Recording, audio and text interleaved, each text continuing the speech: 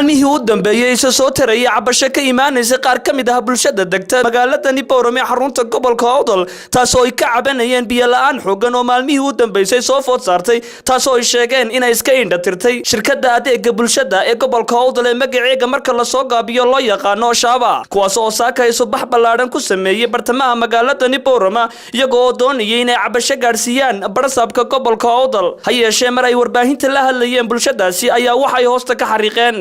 nooma soo dhicin haraad baan dilay magaalada anagu ka mid ma nihin goor walba waan haraadanahay daanta kale way socdaan daanta iyaduna waan haraadan kii lahaa iyo kii kale waa isku mid oo biyaha guryaha kuma jiraan nooguma jiraan anaga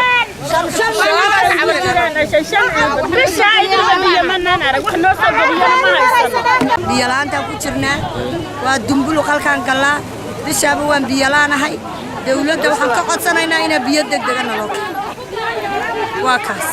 iminka halkeed ku socotaa iminka waxaan ku soconaa barsaabka si kastaba ha ahaatee magaaladani Boorame oo iyadu lagu xanto inay tahay magaalooyinka ugu biyaha badan leh Jamhuuriyadda Soomaaliland ayaa waxa maalmihii u dambeysay isa soo tarayay biyo la'aan xooggan oo la sheegayo waa Jaamac Xuseen Jaamac Dude Somaliland Space Channel Boorame